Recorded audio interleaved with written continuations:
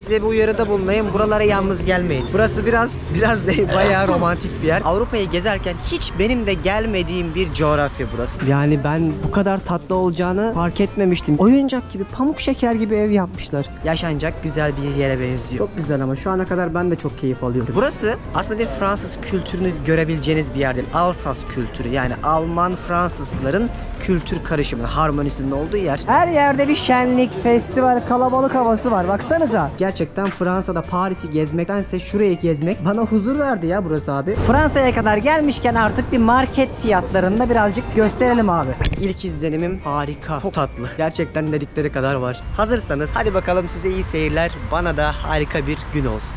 Türkiye'nin lider su arıtma markası Aura Sebilon Unique sunar.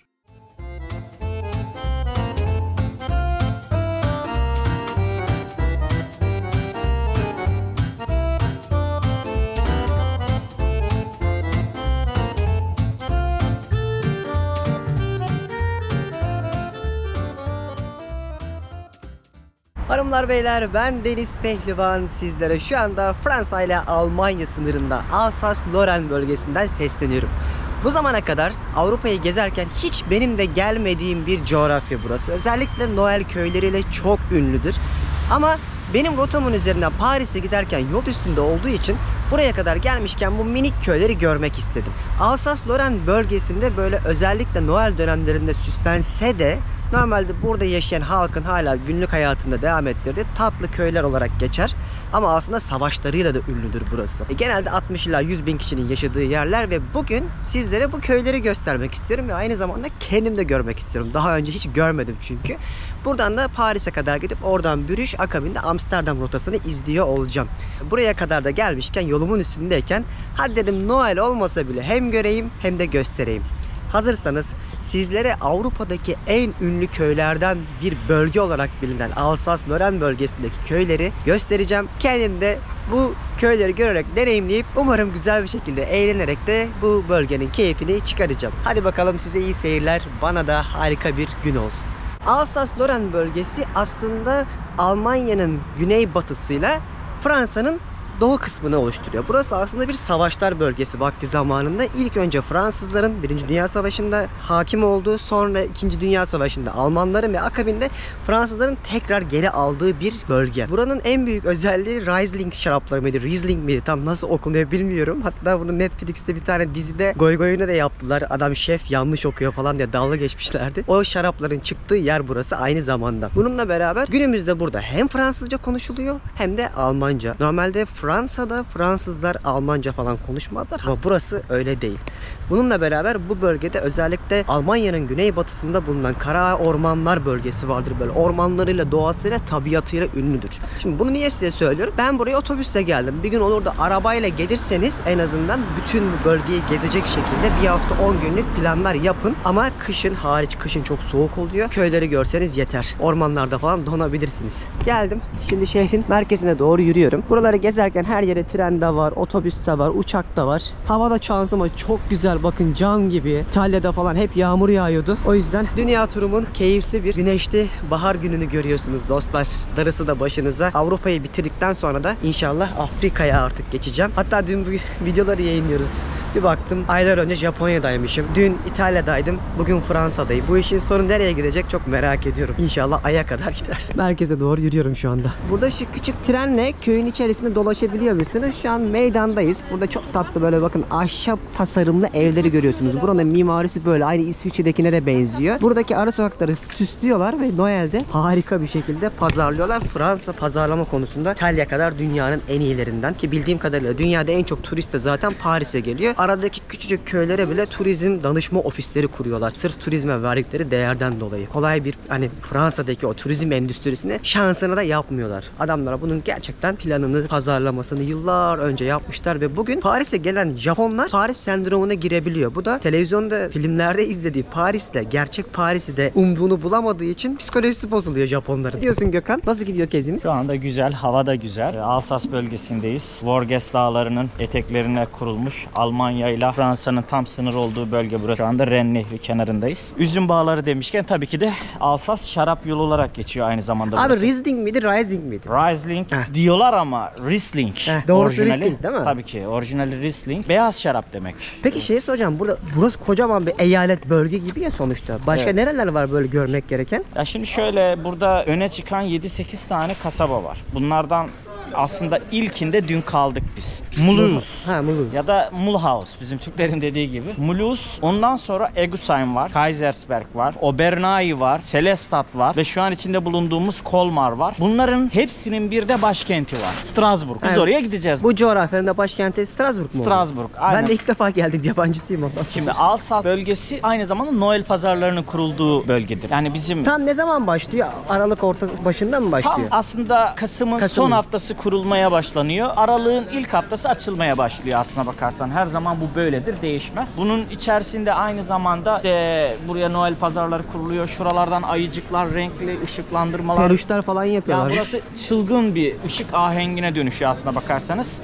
Ve sıcak şarap ikram ediyorlar. Yine aynı zamanda sosis de alıp yiyebiliyorlar ve burada eğlenceler oluyor sokakta. Biz bunu mesela Noel kasabaları gezisi olarak düzenliyoruz aynı zamanda. Şu an içinde bulunduğumuz gezinin içerisinde de bu Alsas bölgesi aynı zamanda geziyoruz. Güzel. Ben baktığın ilk zaman. izlenimlerim çok güzel, çok tatlı. Trafiğe de kapalı ya buralar. Gezmesi de güzel oluyor. Teşekkür ederiz Gökhan Bey. Ne demek? Gökhan'la Avrupa rüyasında bu gezimize başladık. Geçen sene de Kuzey Avrupa ve İspanya'yı yapmıştık. Şimdi bu geziyi yapıyoruz. Hem çekiyoruz, hem dolaşıyoruz, hem keşfediyoruz. O yüzden hani onlar da bu gezilerin hepsini organize ediyorlar. Beni de davet ettiler, sağ olsunlar. Öyle bugün Alsas-Lorraine bölgesini keşfedeceğiz. Şunları nasıl yapıyorlar bilmiyorum ama bunu İngiltere'de de gördüm, İsviçre'de gördüm, Avusturya'da gördüm. Birçok yerde görebiliyorum. Ve hani bak, bel vermiş artık ahşap, görüyor musunuz? Aşağıya koymuş böyle büyük büyük kütükleri, üstüne de katı çıkmış mesela. Kolon, kiriş, tun gibi kullanıyor diye biliyorum. Ve bu aynı zamanda dıştan baktığınızda çok tatlı bir köy, dağ havası da katıyor. Böyle köylerde birçok örneklerini görebiliyorsunuz. Özellikle Orta Avrupa ülkelerinde. Çok da güzel, böyle gezerken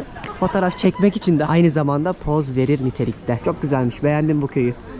Şimdi meydanlarına geldik. Münüsler Meydanı diye geçiyor ve katedrali de var. Böyle şehrin içerisinden dağlardan gelen nehirlerin küçük kanallarla aktığı noktaları görüyorsunuz. Böyle etrafından dolaşıyorsunuz. İşte hep buralar süsleniyor. Buranın kışı da bir başka olur böyle kar yağarken. Görsel olarak en azından, yani öyle bir hayal ettim de. Bunda da 40 dakikalık tur yapıyorsun. 7,5 euro mu ne? Köyü sana dolaştırıyorlar. Bir şey gördüm. Gerçek mi değil mi inanamadım, uzaktan bir fark ediyorsunuz ama yakınlaştıkça oyuncak gibi, pamuk şeker gibi ev yapmışlar. Şunun renklerinin güzelliğine bakar mısınız? En ünlü binalardan bir tanesi. Burayı falan bayağı bir süslüyorlarmış. Rüya gibi oluyormuş. Şöyle dışındaki o çiçekler, işlemeler, şekiller, pencereleri, hani film çizgi film sahnesi gibi. Şöyle bir detay bile bir kenti pazarlamak için yeter, biliyor musunuz? Bizim şehirlerimizde de hep bu önerileri bulunuyorum her videomda ama pek de dinleyen olmuyor ne yazık ki. Çok güzelmiş yani. İlk izlenimim harika. Çok tatlı. Gerçekten dedikleri kadar var. Yani ben bu kadar tatlı olacağını fark etmemiştim. Yani bu ayda bile böyleyse Noel'i barın siz düşünün derler ya. Binaların dışlarında falan harika detaylar koymuşlar. Yani o kadar tatlı olmuş ki gidip böyle binayı oyuncak gibi alıp yesin geliyor. Çok beğendim ya. Hani bu en iyisi mi Kolmar sence? Şöyle kasabaların içerisindeki en güzeli. En güzeli. Mesela farklı binalardan bir tanesi. Yani bunu bir de yani sanat da var abi. Yani adam düşünmüş, kafa patlatmış. Ne yaparız? Daha nasıl güzel olur? Detayları, ayrıntıları. Şuraya bir bisiklet koymuş. Yukarıda böyle telden enteresan horozlar, tavuklar var. Yani hepsinin bir tarzı var. Hala ama. Bir de sen bunu kışın Noel haline düşün. Bir o kadardı. Yeniden tasarlıyor öyle mi? Tabii. Noel'e göre. Her yıl farklı konsepte ona göre geliştiriyorlar. Size bir uyarıda bulunayım. Buralara yalnız gelmeyin. Hele Noel'de. Burası biraz değil, bayağı romantik bir yer. Çift olarak gelin diyorlardı. En romantik köyler olarak da geçer. Haklılarmış. Böyle şehrin içerisinden nehirler, kanallar geçiyor demiştim ya. Ama daha bence Amsterdam'dakine vesaire nazaran daha güzel, daha temiz, daha görseli de farklı. Çok beğendik ve bütün kanalların etrafından yürürken yine böyle rengarenk panjurlar, pencereler, evler sizi karşılıyor. Şuraya bak. Sağımızdaki bir pazarmış. Balıkçılar pazarı. Birazdan oraya da gezeriz. Önce bir köyü tanıyalım istedik. Çok güzel değil mi ama? Yoruma yazsanıza ya. Ve bu videolarımın öne çıkmasını istiyorsanız, haberdar olmak için bildirimleri açmayı unutmayın ki dünya turumdan böyle yüzlerce şehirden, onlarca ülkeden vloglar üretiyorum. Hatta biliyorsunuz, hep söylüyorum, algoritma açısından da yorum ve beğeni yaparsanız sevinirim. Böylece videom hem öne çıkar hem de sizler haberdar olursunuz. İsterseniz de şöyle küçük teknelerle bu kanallarda ve küçük Venedik misali dolaşabiliyorsunuz. Ben buraları gezerken en çok neye gıpta ediyorum biliyor musunuz? Yani şurada bir tane adam da dememiş mi ben farklı tarzda bir şey yapacağım. İstemiyorum, param yok, karşıyım. kabul etmiyorum dememiş mi ya da kaçak yapmamış mı? Yani hani bir şey yapsan da güzelini yaparsın, yanlış doğrusuyla derler ama bu kadar uyum içerisinde olamaz ya. Bütün binaların Avrupa'daki uyumuna hayranım ve bunu son 50 yılda başardılar. Daha 70 sene öncesine kadar bütün bu kentlerin içinden geçildi neredeyse. Taş üstünde taş kalmadı ama günümüzde 50 yılda 60 yılda yepyeni bir kıta oluşturdular. Sıfırdan kurarak ve böyle güzel köyleri gezmek de tabii ki insanı çok mutlu etmiyor değil. Ben bunları gördüğümde üzülüyorum. Darısı hep başımıza diyorum. Başka da bir şey demek istemiyorum. Ne yazık ki. İşte güzellik bu. Şu renklere bakın. Açık pembesinden, mavisinden, morundan, oranjından ne derseniz artık çok beğendik. Şurayı da bir hani aşıklar köprüsü gibi yapmaya çalışmışlar. Sevgililer gelip buralara aşklarının ölümsüzlüğü olsun diye kilit vuruyorlar kalplere. Yersen. Bu Avrupa'nın her yerinde var. İlk başta Paris'teki köprülerle başlamış. Hatta yıkılma tehlikesi geçirenler olmuş. Sonra birçok yerdeki bu kilitleri kaldırmışlar. Yapılara zarar veriyorlar diye ama buradaki daha yeni başlamış gördüğüm kadarıyla. Buranın neyi meşhur abi? Bisküvisi ne? Bretzel. Alsens de bisküviteria. Bisküvi satıyorlar böyle. Tatlılar var. Ama şurada küçücük bir pakete 10 tane var. 18 euro. Tabii şimdi buranın böyle durumları da olur. Özellikle Noel'de anlatıyorum çok güzel şöyle böyle diyorum ama otellerinizi vesaire her şeyinizi önceden planlayın. Ben size bu köylerin hepsinin otellerini de köy köy açıklamaya bırakacağım. Oradan bakın. Çünkü %99 yer bulamayacaksın. Zaten çok turizm var. Noel döneminde çoktan çoğu yer dolmuş oluyor. Bu da çok önemli bir detay olsun sizlere. Plan yapacak olanlara özellikle. Binalar binalar köyün içinden gezmeye devam. Peynirci. Çok güzel kokuyor ya. Is it dégustation? Merci. Hi. Bonjour. Is it bread or cake? Gingerbread. Bread.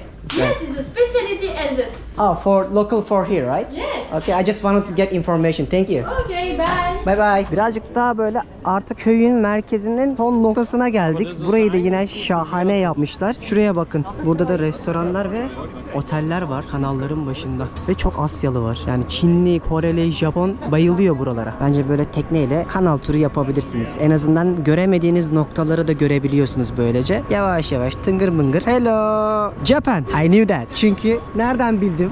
Nereden bildim? Size bunu Japonya'da milyon kere anlattım. Selam veriyorlar. Bir Çinliyi selam verirken göremezsin. Koreli biraz utanır ama Japon selam verir. Bence Uzak Doğu'nun en sosyal insanları. Bu anlamda bak. Direkt tahmin ederek söyledim. Normalde hep bunun kavgasını da ederler ya insanlar. Gözünden nasıl anlıyorsun diye.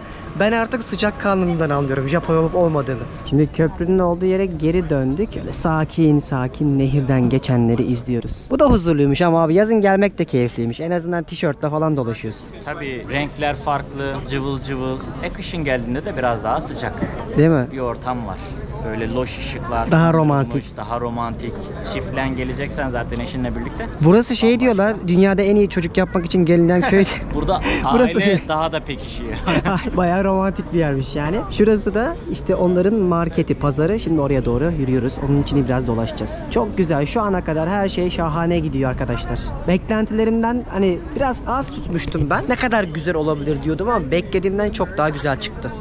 Ah bak ben böyle yerleri gezmeyi çok seviyorum. Hiçbir şey yapmasan bile insanlar neler yiyor, neler satıyorlar, neler üretiyorlar böyle görme imkanın oluyor. Şöyle bir turlayalım. Fransa Avrupa'da ekmek yiyebileceğiniz en iyi ülke diyebilirim. Fransız bagetlerinden tutun da enteresan böyle buğday ekmeklerine. Mısır unu ekmeği var mı bilmiyorum. Ama aradığınız birçok ekmeği bulabiliyorsunuz ve çok da lezzetli. Hani hep derler ya yurt dışında ekmek yok. Hayır. Avrupa'da var. Birçok yerde görüyorsun. Bira yazıyor. Yerel biralarıymış. Bunların hepsi yere. Bir tek buraya mı özgü üretiliyor? Buraya özgür. Şarap gibi birası da ünlü ha? Tabii. Şu Liberty yazan zaten bak direkt Kolmar bölgesininki. Burası çünkü şu özgürlük heykelini yapan Bartholdi'nin memleketi. Öyle mi? Tabii. Birasını da yapmışlar. Tabii bu da birası. Bunlar hep onların yerel biraları. Güzel ve çok temiz değil mi abi burası ya? Pırıl Evet, pırıl. bayağı temiz, hijyenik. Burası halk pazarı. Aynı zamanda onların yemek yeme yerleri yani öyle düşünebiliriz. Aa bak çok güzel domatesler var. 5 euro. Şunlar 2.90'mış mesela. Şu domatesleri ilk defa gördüm. Burada pizza yapıyorlar, makarna yapıyorlar vesaire. Şurada et şarküteri reyonu var. Daha çok domuz ürünlerinde kullanırlar. Somon fümenin kilosu 60 euro Fransa için. Şurada karidesler, somonlar, çupralar var. 30 euro levreğin kilosu. Oldukça pahalı. Burası bir istiridye cenneti. Şurada bak arkadaşımız açıyor kutuların içerisinde. Ben çok yedim bunların istiridyelerini. Çok da iyidir. Genelde böyle şampanyayla falan tüketirler. Çift olarak geldiğinizde özellikle bir akşam böyle şampanya ve istiridye keyfi yapabilirsiniz. Doyurucu bir şey değil. Daha çok bir yemek önü atıştırmalık, bir ara öğün gibi burada tüketiyorlar. Acıktık bir öğlen yemeği yiyelim dedik. Burada çok güzel restoranlar, kafeler her yerde var. İçlerinden birini rastgele seçtik. İsmini bile bilmiyorum. Neydi ha buranın ismi? Şöyle Amandine diye bir kafeymiş. O makarna söyledi Gökhan. Ben de roast beef söyledim. Bu 22 euro, o 16 euro. Yani 20 euro ortalamaya bir tabak yemek yiyebiliyorsunuz buralarda. Şöyle çektiğinde et geliyor yalnız, yumuşacık. Abi sen de bak istersen. Üstüne turşu parçaları da koymuş. Şimdi buradan ayrılıyorum. Çok beğendim. Rikver adında bir başka köye gidiyorum. Raykovur'da mı deniyor? Tam bilmiyorum. Artık cehaletime verin. Orası da çok güzelmiş. Bir de orayı görelim bakalım.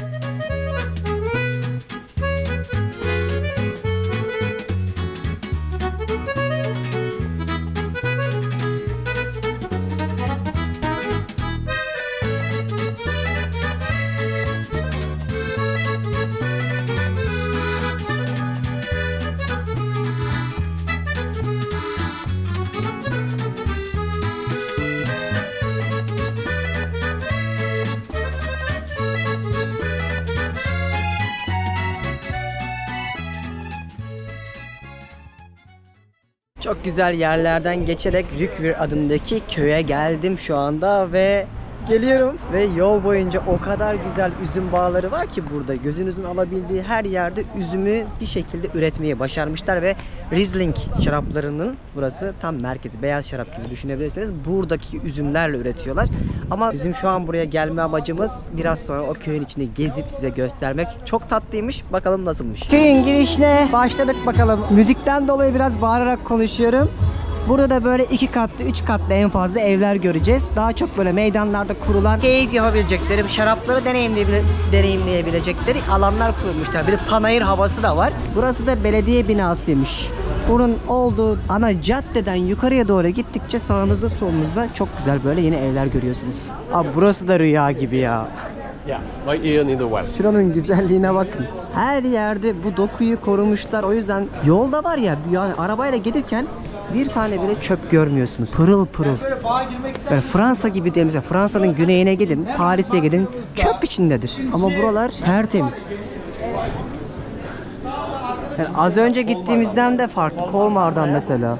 Burası hani daha sakin bir köy havası var. Böyle bir hafif bir yamaca kurulmuş. İçinden bunun nehir geçmiyor. Ama hani hem mimari yapısı çok farklı hem de sokakların tasarımları çok daha az öncekinden farklı diyebilirim. Yani ikisi bile bambaşka. Bunun da mesela ben binalarının uyumunu çok beğendim. Şu cadde boylu boyuna o kadar çok fotoğraf detayı sunuyor ki. Bakın şuranın güzelliğine ya. Her renkte, her tonda evler görebiliyorsunuz. Bakın turuncu, mor, sarı, kahverengi, mavi ve hepsinin bütün balkonlarında şöyle çok güzel çiçeklerle de süslemişler. Şurası da çok ünlü bu Riesling şarabını içip tadabileceğimiz bir yermiş. Geldik bakalım dedikleri kadar var mı? Böyle mahzenler yapmışlar. Alt katlara iniyorsunuz. Hem tadım yapabiliyorsunuz hem satın da alabiliyorsunuz. Deneyelim bakalım dedikleri kadar var mı? O kadar yolda gördük. Canımız çekti, gösterdik de. Tatması kaldı. Yıllarına göre değişen şarapların markaları var. 13 euro ile başlıyor. 12 euro ile başlıyor şişesi. 9'u da varmış bak. 25, 30, 40, 50'ye kadar gidiyor işte. Ama genel olarak zaten hem Fransa'da hem de İtalya'da çok uygun bu şaraplar. This is the dry Riesling. Dry Riesling. Yeah, it's the most popular wine. Bakalım abi. Cheers. O meşhur Riesling şarabı bu ha. Tatlı. Ben de istiyorum da. Güzel ha. Akıyor. Gündüz iç bundan yani. Bundan mı alıyorsun? Biz tadıyoruz. Biz alıcı değiliz, tadımcıyız. Burada bunları tadabiliyor muyuz böyle? Bu şekilde tadım gibi mi yapıyorlar yoksa satın almak için mi? İkiden mahzenden 3 önce tattırıyor. Hoşunuza gidenleri alıyorsunuz. Binlerce yıldır gelen bir gelenek mi burada? Ya bölgede zaten tabii binlerce yıldır var. Ya 2. Dünya Savaşı'ndan sonra çok azalmış. Bombalandığı çok için daha, mi? Tabii. Yoksa çok daha yaygın bir üretim var burada ama işte şimdi belli başlı aileler hala kalmışlar. Onlar devam ettiriyorlar ama işte yolda gelirken gördüğünüz zaten dört bir yana hala bağ dolu. Değil mi? Yani asıl geçim kaynakları zaten bağcılık. O yüzden bunu devam ettiriyorlar. En geleneksel yollarla hala yapmaya çalışıyorlar. Hiç işte sürdürülebilir, işte o modern teknolojiyi çok katmadan hala işte ellerle toplayıp ayaklarla ezip hala onu devam ettirmeye çalışıyorlar. Ecdatlarının geleneğiyle. O yüzden bu kadar iyi. İtalya'da da Fransa'da. Belki de. Gewürztraminer. Ha. Gewürztraminer. Bu gazlı ve çok tatlı. İlki çok iyiydi. Bunu Bir tane beğenmedim. içtin mi bu? Perdeler değil mi? Bu Pinot Noir mi? Pinot Noir. Pinot Noir. Kırmızısı. Abi rengi falan çok güzel ama. Thank you. Daha iyilerini içtim. Çok Kenti ekşi. bundan daha iyi Çok sanki sert. değil mi? İtalyan İlki çok kendisi iyi, bundan evet. daha iyi.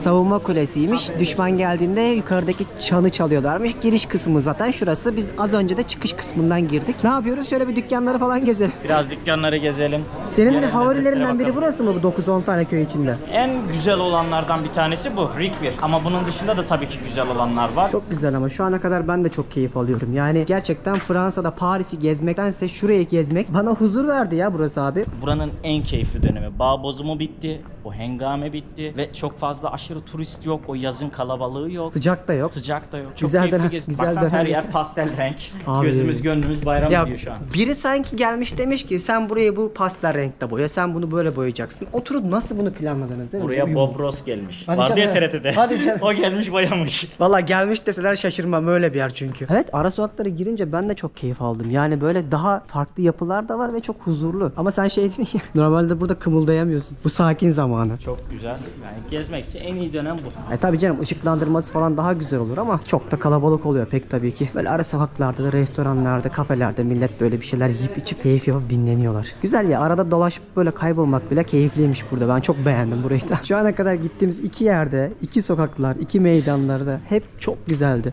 Şimdi bu kadar şarap yapıyorlarsa bardağını da yapıyorlarmış. Böyle dükkanlarda el yapımı, buraya özgü şarap kadehleri satıyorlar böyle küçük küçük. Hızlı hızlı içebileceğiniz şekilde tasarlamışlar. Çok da şık bir dükkan yapmış abi. Girelim bakalım, gel bir. Aydınlatmalar çok güzel.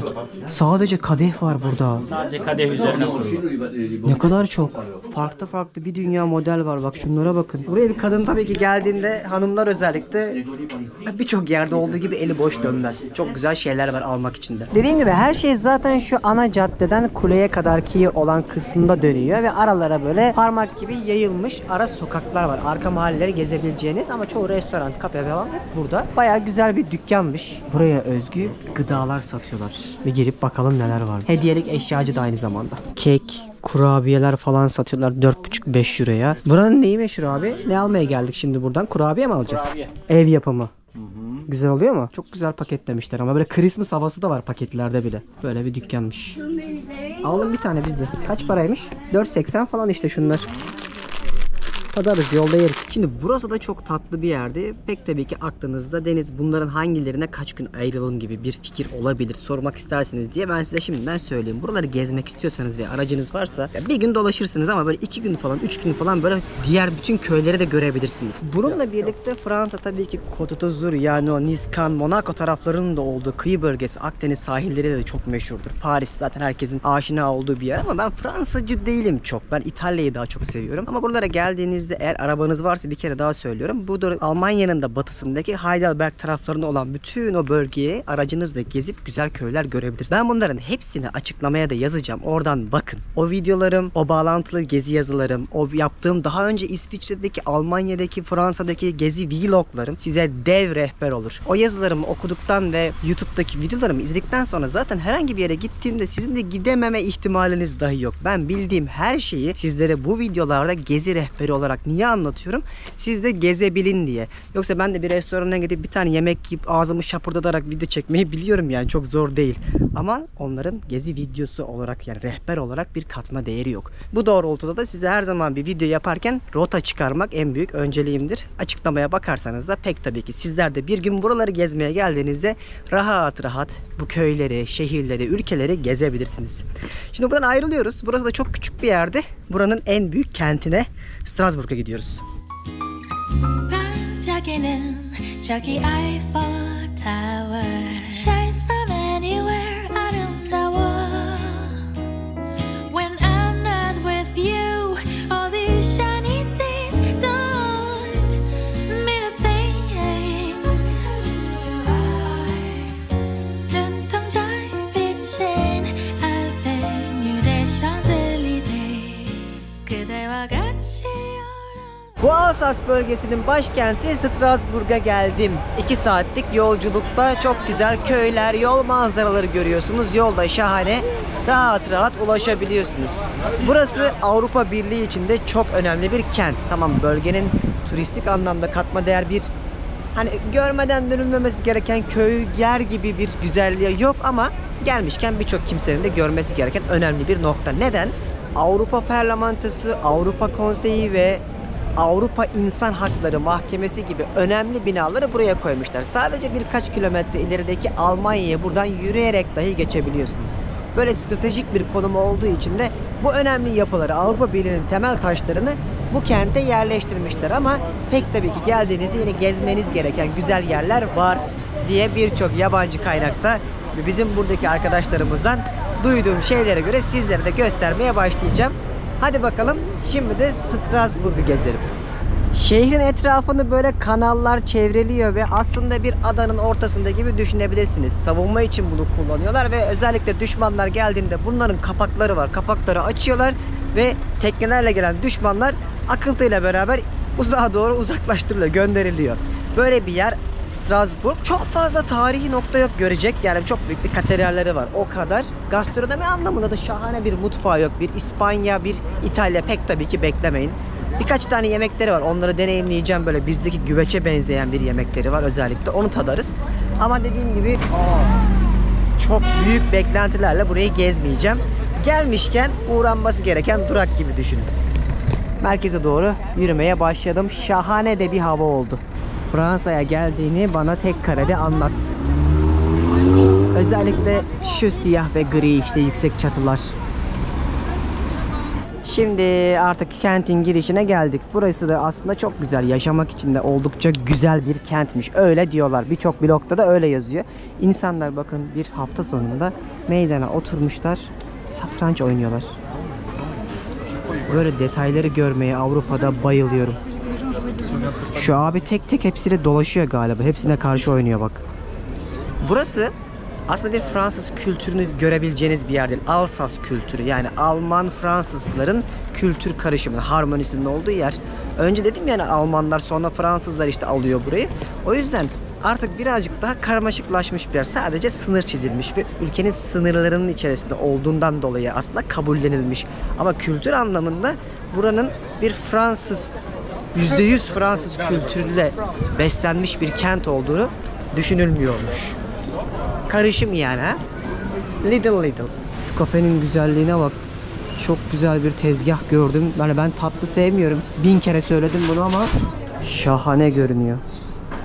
Pastane ve ekmek konusunda, bu konuda bak takdir ediyorum adamları. İyi de pazarlıyorlar, lezzetli de. Ellerinin hamuru falan bize tat olarak çok yakın. Burası çok bombalanmamış 2. Dünya Savaşı'nda. O yüzden gördüğümüz çoğu yapı eski orijinal haliyle birebir ayaktaymış.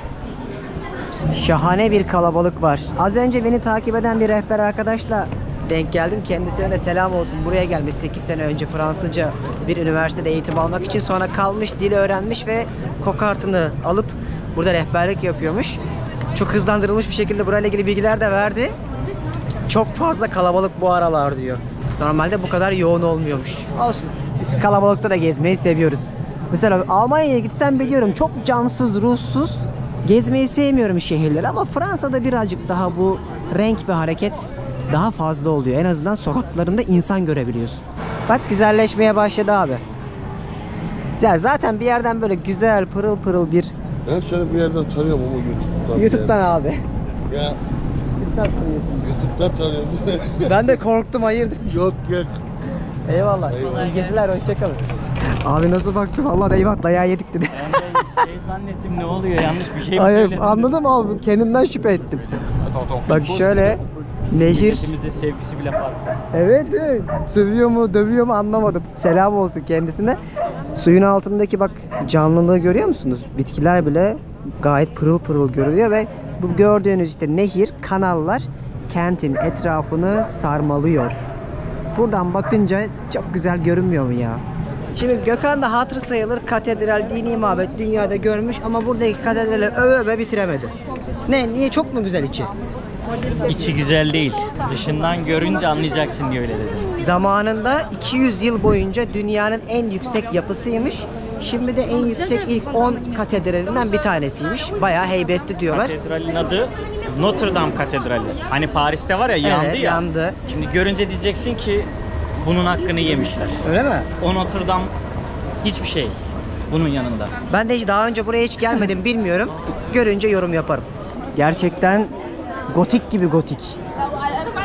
Dışından var ya, tarih kokusu burnuma geldi resmen. Burası da Strasbourg'un tam merkezi. Yani gerçekten detaylar şahane. Yani şuradaki heykelcikleri var ya, küçük küçük. Dini sembolü artık teker teker anlatmaktan bunu milyon kere söylediğimiz için yorulduk ama hani bir yapıya baktığında heybetini anlarsın ya. Bu onlardan bir tanesiydi. Güzel.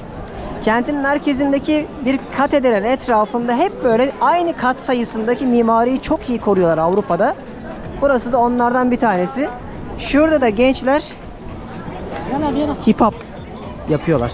Ne, break dance yapıyorlar. Helal olsun be.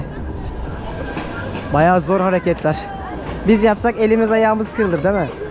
Gerçekten Gökhan dediğin gibiymiş ya. Ya vitraylar falan çok güzel ama dışındaki o heybet ve görsel güzellik içeride yok. Dışı bambaşka. Dışı kesinlikle çok daha iyiydi. Gelmişken girmiş olduk, size de göstermiş olayım. Kentte bugün resmen bir şenlik havası var. Her yerdeki bütün meydanlara bakan yerler dolu. Sokaklarda böyle gençler bir şeyleri kutluyor gibi. Çok beğendim. İlk izlenimim şahane. Kent olarak güzel. Yani pek tabii ki bir İtalya'daki tarihi noktaları gezilecek, görülecek yerleri beklemiyorduk biz buraya gelirken. Daha böyle tatlı 1 milyon kişinin işte bir kentten bahsediyoruz sonuçta. Benim ilk izlenimlerim şehir olarak çok güzeldi burası. İyi ki geldik. Şimdi neydi gideceğimiz mahallenin ismi Gökhan? Le Petit mi? Petit France. Petit France. Ne demekti o? Küçük Fransa diyorlar. Fransa'nın özeti gibi. Aslında bir kanal. Yani Venedik gibi düşünebiliriz. Kanal bölgesi. Yine çok güzel bak. Binalar var. Buralar işte Noel'de yine çılgınlarca süslenen yerlerden. O mahalleye giderken böyle gençlerin takıldıkları bir nehir kenarındaki manzarayı da görüyorsunuz. İnsanlar burada bu nehirlerde yüzüyorlar. Aynı zamanda çok yaygın da bir bisiklet kullanımı var. Yani zaten bu iki detayı gördüğünüzde güzel bir kent olduğunu anlayabilirsiniz. Ben bayağı beğendim burayı. Yani beklentilerim çok düşüktü ama yaşamak için, beni işte tanıyan rehber kız da aynı şeyi söyledi. Yaşamak için harika demişti. Yaşanacak güzel bir yere benziyor. Nehrin kenarından yürüdük ve küçük Fransa'ya geldik. Şimdi burayı dolaşmaya başlayacağız. Yine burada da dini mabetleri bizi karşıladı. Küçük bir pazar alanı kurmuşlar. Antikacılar pazarıymış değil mi abi burası? Evet. Her gün açık oluyor mu? Hafta sonları. Hafta sonları açık oluyormuş. Kutlama mı var? Protesto mu?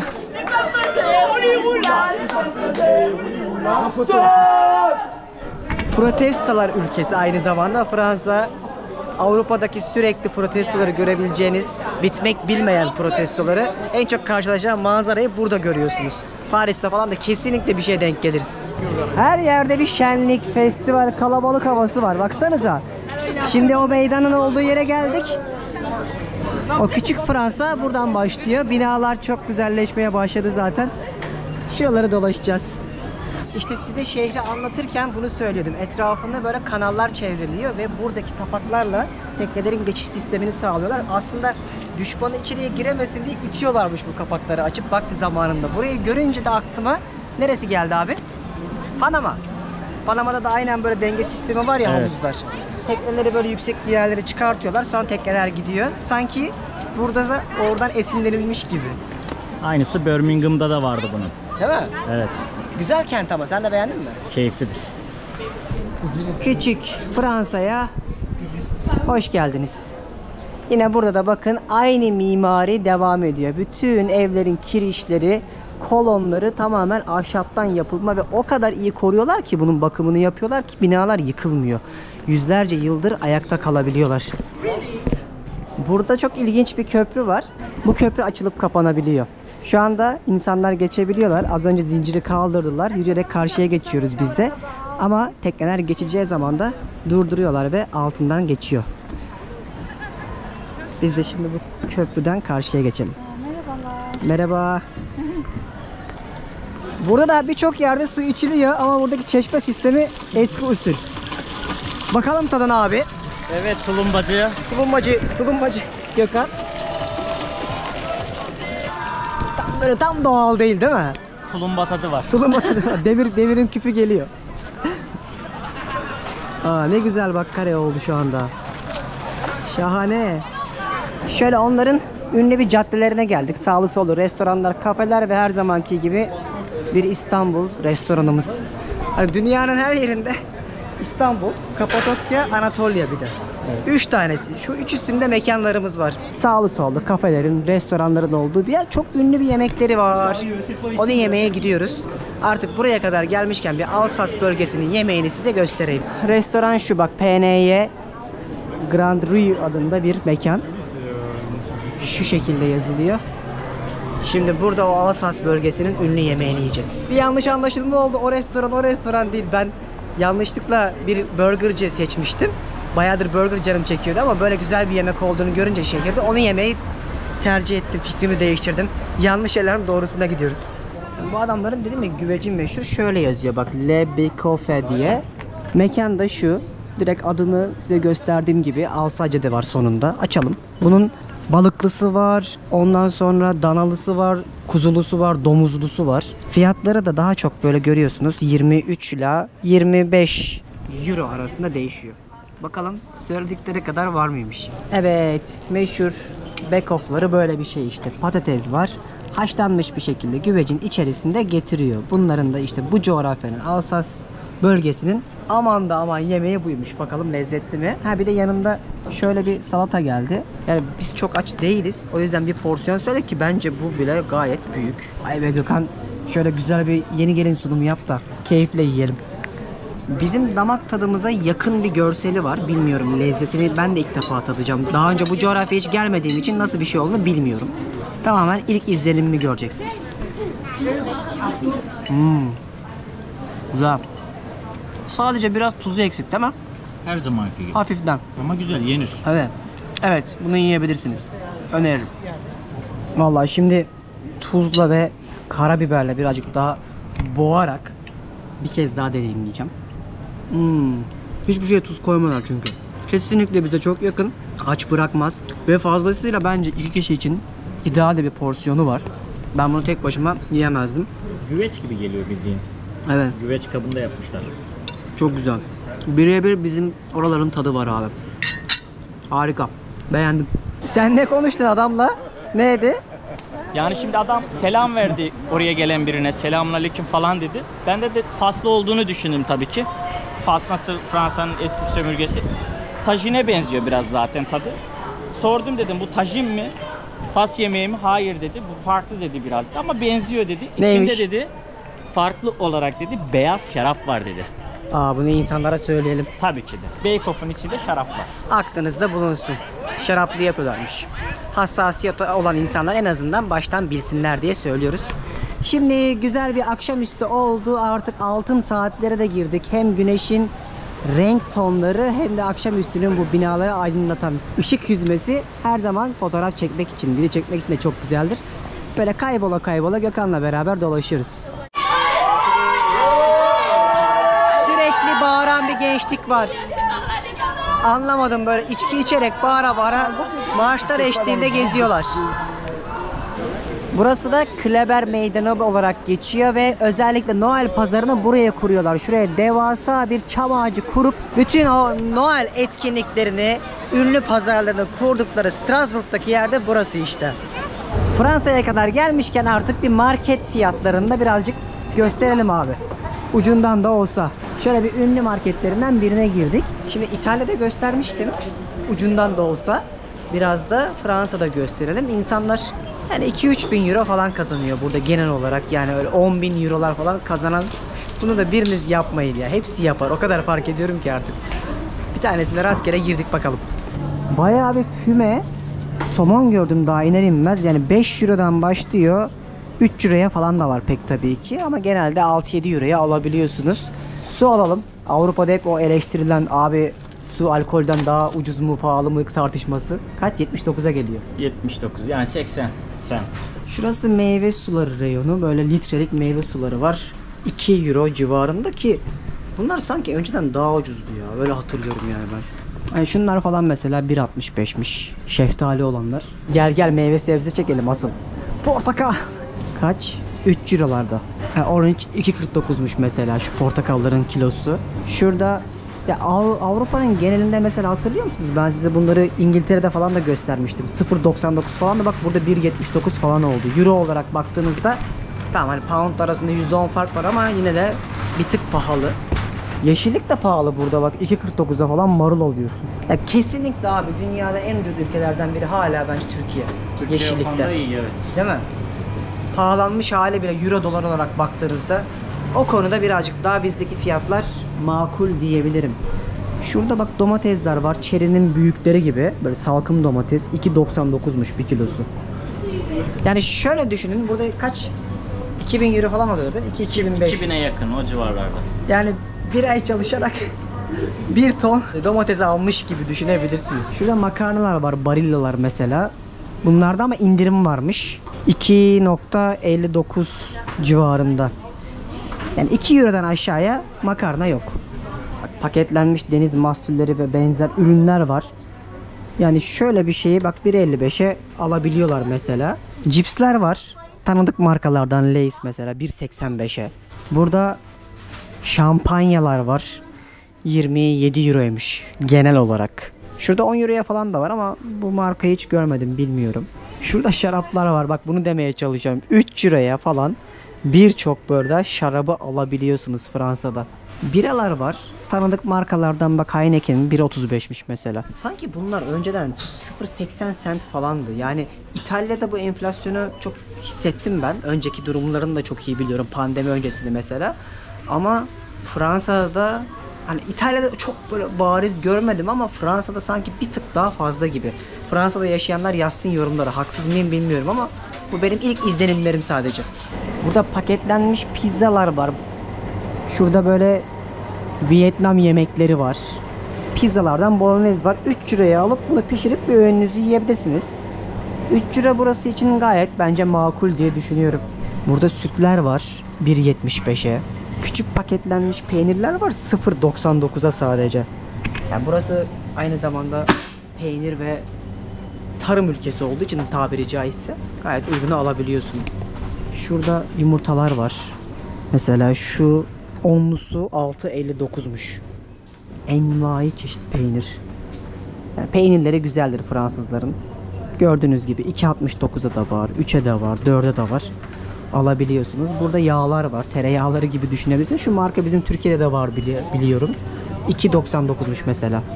Yani işte fiyatları tahmin edersiniz buradan. Paris'e gittiğimizde daha büyük bir market buluruz abi oradan. Çekeriz. Buraya kadar gelmişken su alacaktık. Bahaneyle bunu da göstermek istedim ama hani Avrupa'nın genelinde zaten marketlere falan gidip bir şey aldığınızda çok uygunu alabiliyorsunuz. Restorana gittiğinizde hizmet de kira içine dahil olduğu için afaki rakamlar olabiliyor. Dur bir market daha bulduk. Onu da gösterelim size. Aha bak burada var abi etler falan. Mantı. Bak şurada mesela bir paket kıyma var. 4 euroya satıyorlar. Şurada tavuklar var. Kilosu 18 euro mu? Hindi mi yoksa o? Tam emin olamadım. Şuradakiler tavuk. Bak hatta şu helal ürünmüş. 7.35'e geliyor paketi. Kilosu 14 euro. Çok pahalı. Pahalı yani bir tavuk 14 euro olur mu ya?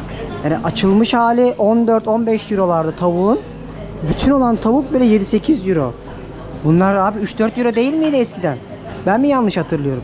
Çok fena. İtalya'da falan ne kadar uygundu bunlar hatırlıyor musunuz? Onları paylaşmıştım. İzleyin göreceksiniz. Bak şu domuz mesela 9 euro. 200 gram antrikot var orada. Kilosu 31 euro şunun. Abi hani Fransa'ydık? Fransız kaldı. Fransa'da bozmuş yeğenim. Felaket. Ben bu rakamları hatırlamıyorum. Normalde Avrupa'da 7-8 euro bantlarındadır et. Belki de bu market çok pahalı bilmiyorum bak yine söylüyorum. Çok uzun kalmadığım için hakim değilim. Fransa'da yaşayanlar yazsın. Aynen abi 2 eurolarda elmalar bile baksana 3 euroya falan gelmiş. Euroluğu da var ama Costa Rica mı? Şurada armutlar falan var. Onlar 4 euro. Nereden baksan şurada görüyor. 3.99 yazıyor. Bakalım başka neler var. Ben de şu market gezmeyi çok seviyorum ya. Böyle alışveriş falan yapıyor. İzlemek bile keyifli. Burada kahvaltılık cornflakes gibi ürünler var. Mesela 3 euroya falan alabiliyorsunuz. Şurada hiç daha önce görmediğim markaların var 5 euroya. Şurada da var daha yerel herhalde markalar diye biliyorum. 2.42'ye falan alabiliyorsun. Şurada Nesquik'ler var. Onlar mesela 4-5 euro civarındaymış. Aslında şu kahve 3 euroya çok uygun ya baktığında. Kendi iç parasında evet. Nescafe alırsam ne kadarmış? 5 euroymuş. 5.44'e falan geliyor. Alsas-Lorraine bölgesini de gezmiş olduk. Yine söylüyorum, detayların hepsini açıklamada da bulabilirsiniz. Özellikle Noel'de gelecekseniz. Orada size ben bütün bölgelerdeki tek tek otelleri de listeleyeceğim. Oradan bakarsınız. Buradan sonra artık Paris'e geçiyorum. Orada da size Paris vlogu yapmayı planlıyorum diye. Abi niye öyle bakıyorsunuz? Garip garip ya. İlk defa mı GoPro ile çeken birini görüyoruz. Gayet güzel köylerde, gelmişken görünmesi lazımmış. Dedikleri kadar varmış. Çok beğendim. Avrupa'daki güzel köyler bölgesinden bir tanesiydi. Şimdilik benden bu kadar. Sonraki bölümde görüşmek üzere. İnşallah bir sonraki bölümde Paris Gezi Rehberi'nde birlikte kaldığımız yerden devam ederiz. Bay bay. Türkiye'nin lider su arıtma markası Aura Sebilon Unique sundu.